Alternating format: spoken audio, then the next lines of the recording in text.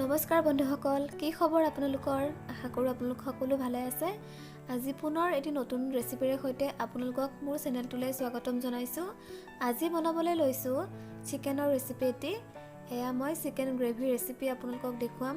কিদৰে সহজতে বনাব পাৰে তাৰে ৰেচিপি এটি লৈ আহিছোঁ। আশা কৰোঁ আপোনালোকে ৰেচিপিটো চাই ভাল পাব। আহকচোন বেছি পলম নকৰি আমি ৰেচিপিটো আৰম্ভ কৰোঁ। যদি আপোনালোকে মোৰ চেনেলটো এতিয়াও ছাবস্ক্ৰাইব কৰা নাই, ছাবস্ক্ৰাইব কৰি ল'ব আৰু লগতে কাষতে থকা বেল আইকনটো প্ৰেছ কৰি অল নটিফিকেশ্যনটো অন কৰি ল'ব এনেকুৱা ধৰণৰ ৰেচিপিসমূহ পাবলৈ। চিকেন গ্ৰেভিখিনি বনাবলৈ মই 400 গ্ৰামমান ব্ৰইলাৰ মাংস লৈছোঁ আৰু এইখিনি ভালদৰে মই ধুই লৈছোঁ। তাৰপিছত মই মছলাত লৈছোঁ জলকীয়া গুড়ি এচামুচ, হালধি গুড়ি আধা চামুচ, নিমখ এচামুচ, সোৱাদ অনুসৰি এচামুচ, চিকেন মছলা আৰু অকণমান জিৰা গুড়ি আধা চামুচ হ'ব প্ৰায়। এইখিনি মছলা মই এতিয়া এইদৰে চিকেনত দি ল'ম আৰু তাৰ লগতে মই ডাঙৰ চামুচেৰে এচামুচ আদা নহৰু পেষ্ট দি লৈছোঁ আৰু এইখিনি আমি প্ৰথমে মেৰিনেশ্যন কৰি ল'ব লাগিব। তাৰ বাবে মই দৈ ব্যৱহাৰ কৰিম। আপোনালোকে যদি দৈ ফ্লেভাৰটো ভাল নাপায় তেতিয়াহ'লে নেমু ৰস অকণমান চেপি দিব পাৰে। মই 2 চামুচ দৈ লৈছোঁ ডাঙৰ চামুচটোৰে। এইখিনি এতিয়া মই ভালদৰে চামুচ এখনৰ সহায়েৰে ভালদৰে মিলাই ল'ম। তাৰপিছত মই আধা ঘণ্টাৰ কাৰণে এইখিনি ঢাকি ৰাখিম আৰু আপোনালোকে যেতিয়া মেৰিনেশ্যন কৰিব তেতিয়া যদি আপোনালোকে ফ্ৰিজত ৰাখে তেতিয়াহ'লে মেৰিনেশ্যনটো ভাল হয়। চিকেনখিনিত ভালদৰে মছলাখিনি মিহলি কৰাৰ পিছত মই এইখিনি আধা ঘণ্টাৰ কাৰণে ঢাকি ৰাখি থ'ম আৰু আপোনালোকে যদি ইচ্ছা কৰে আধা ঘণ্টাতকৈ বেছিও ৰাখিব পাৰে। হাতত যদি সময় বেছিকৈ থাকে তেতিয়াহ'লে আপোনালোকে বেছি সময় ৰাখিব পাৰে। এতিয়া মোৰ এইখিনি প্ৰায় হৈয়ে গ'ল আৰু এই ৰেচিপিটো বেচেলৰসকলৰ কাৰণে বেছি ভাল। তেওঁলোকে চিম্পলভাৱে এনেদৰে বনাই খাব পাৰে। চিকেনখিনিত মছলাখিনি সানি লোৱা হোৱাৰ পিছত মই এইখিনি ঢাকি ফ্ৰিজত আধা ঘণ্টা সময়ৰ কাৰণে ৰাখি থ'ম। তাৰপিছত মই কেৰাহী এখন গেছত পাতি লৈছোঁ। কেৰাহীখন গৰম হৈ যোৱাৰ পিছত মই 4 চামুচ মিঠাতেল লৈছোঁ। আপোনালোকে ইচ্ছা কৰিলে ৰিফাইন তেলো ব্যৱহাৰ কৰিব পাৰে। এতিয়া তেলখিনি ভালদৰে গৰম হৈ যোৱাৰ পিছত মই ডাঙৰ চাইজৰ 2টা পিঁয়াজ সৰু সৰুকৈ এইদৰে কাটি লৈ দি লৈছোঁ। এতিয়া এইখিনি আমি ৰঙচুৱা হোৱালৈকে ভাজিব লাগিব আৰু আপোনালোকে যদি চিকেনৰ পৰিমাণটো বেছিকৈ লয় তেতিয়াহ'লে পিঁয়াজৰ পৰিমাণটো বেছিকৈ ল'ব পাৰে।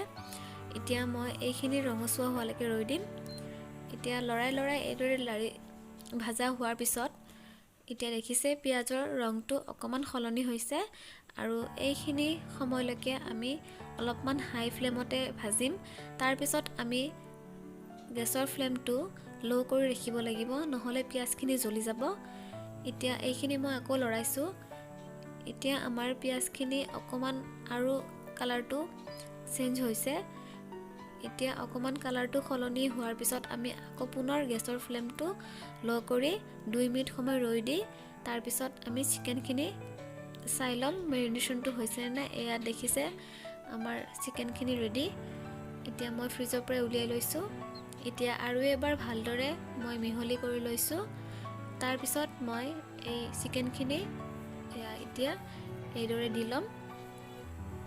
এইখিনি দিয়া হোৱাৰ পিছত আমি হাই ফ্লেমতে 2 মিনিট সময় ভাজিব লাগিব।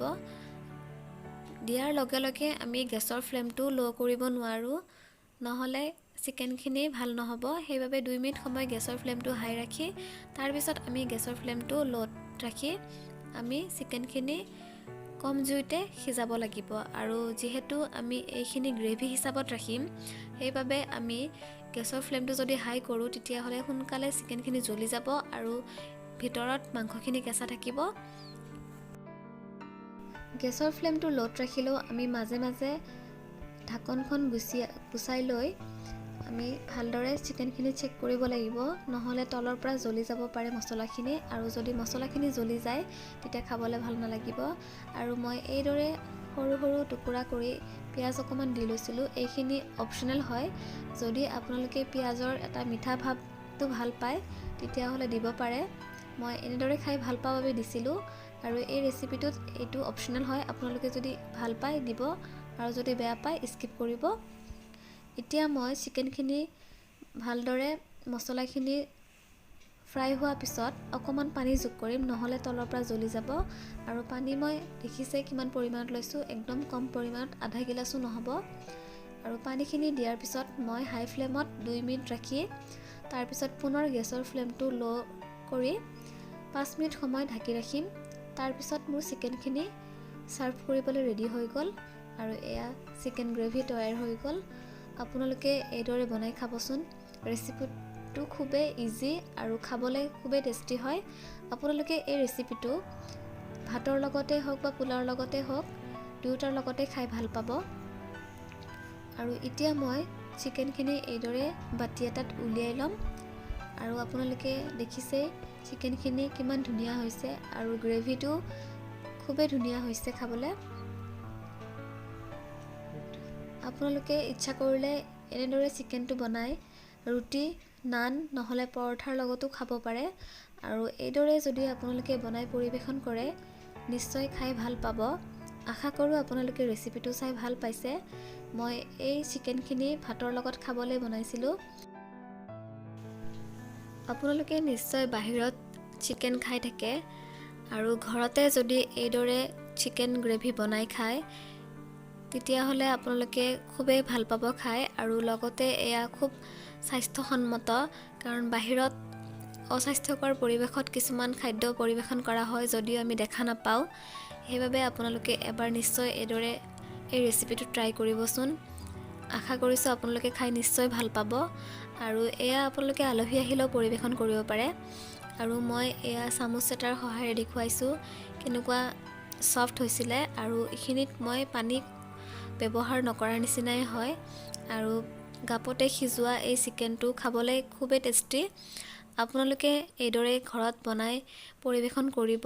সৰুৰ পৰা ডাঙৰলৈকে সকলোৱে খাই ভাল পাব। আৰু এই ৰেচিপিটো যিকোনো খাদ্যৰ লগতে খাব পাৰে, পোলাওৱে হওক, ভাতে হওক, নাইবা ৰুটি, নান, পৰঠা যিয়ে হওক আপোনালোকে খাই খুব ভাল পাব। আৰু যদি আপোনালোকে মোৰ চেনেলটোত নতুন তেতিয়াহ'লে নিশ্চয় মোৰ চেনেলটো ছাবস্ক্ৰাইব কৰিবলৈ নাপাহৰিব। ৰেচিপিটো যদি চাই ভাল লাগিছে আপোনালোকে লাইক কৰিব নাপাহৰিব, লগতে কমেণ্ট কৰিব নাপাহৰিব। লগতে আপোনালোকৰ বন্ধুবৰ্গলৈ ৰেচিপিটো শ্বেয়াৰ কৰিবলৈ নাপাহৰিব। আজিলৈ ইয়াতেই সামৰিছোঁ। আগন্তুক দিনত পুনৰ নতুন ৰেচিপিৰে সৈতে লগ পোৱাৰ প্ৰতিশ্ৰুতিৰে আজিলৈ আহিছোঁ।